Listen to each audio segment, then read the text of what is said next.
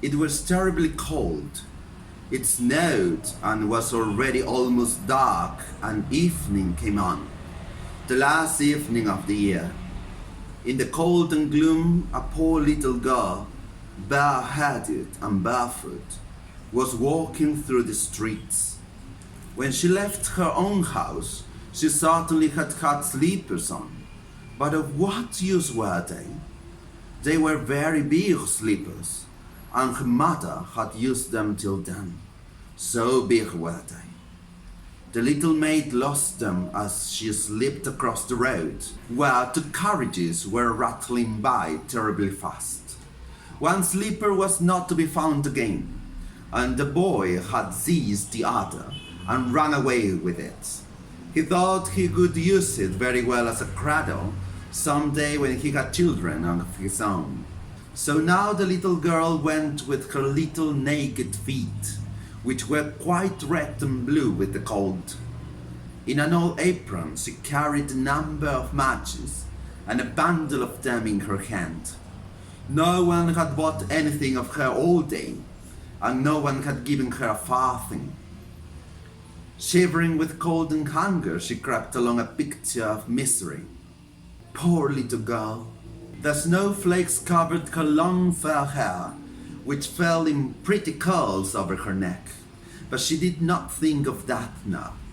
In all the windows lights were shining, and there was a glorious smell of roast goose, for it was New Year's Eve. Yes, she thought of that. In a corner formed by two houses, one of which projected beyond the other, she sat down, cowering. She had drawn up her little feet, but she was still colder, and she did not dare to go home, for she had sold no matches and did not bring a farthing of money.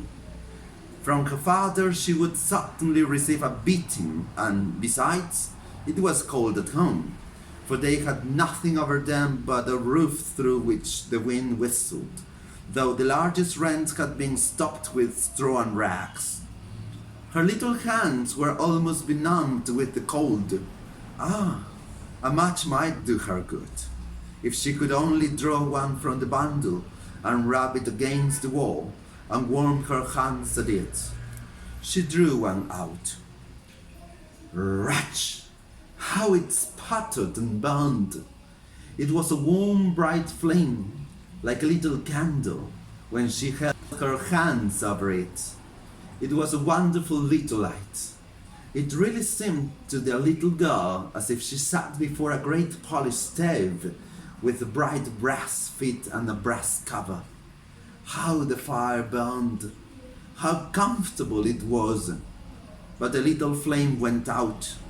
The stove vanished, and she had only the remains of the burned match in her hand. A second was rubbed against the wall.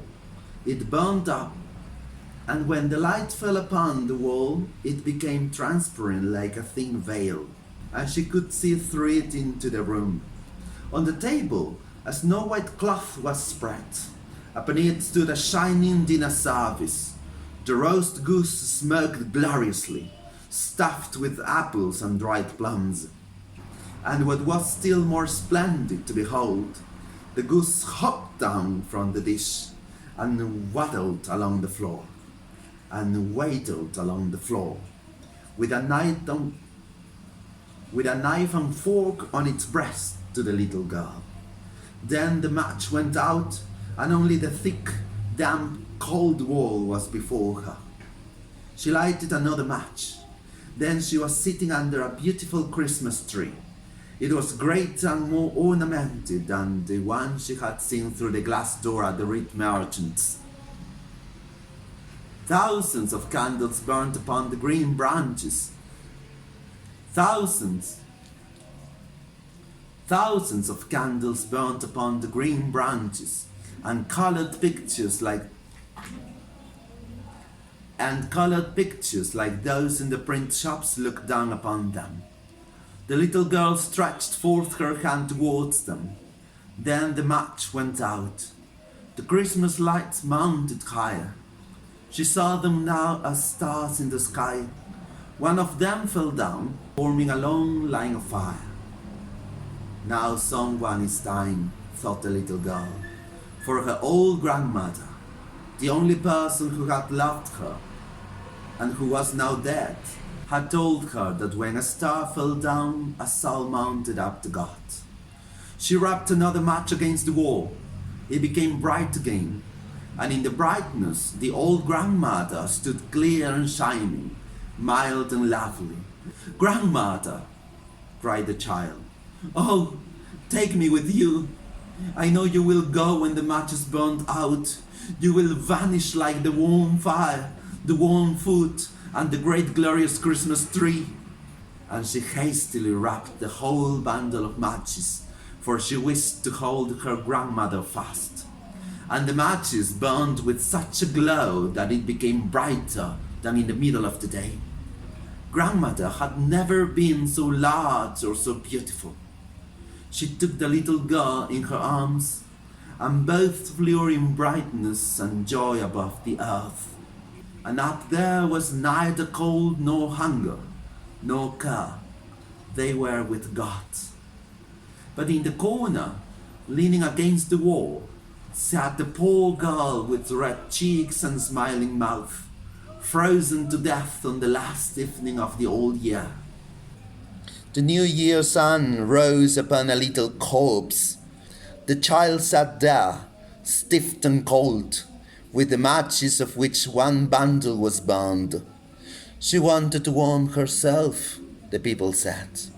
No one imagined what a beautiful thing she had seen, and in what glory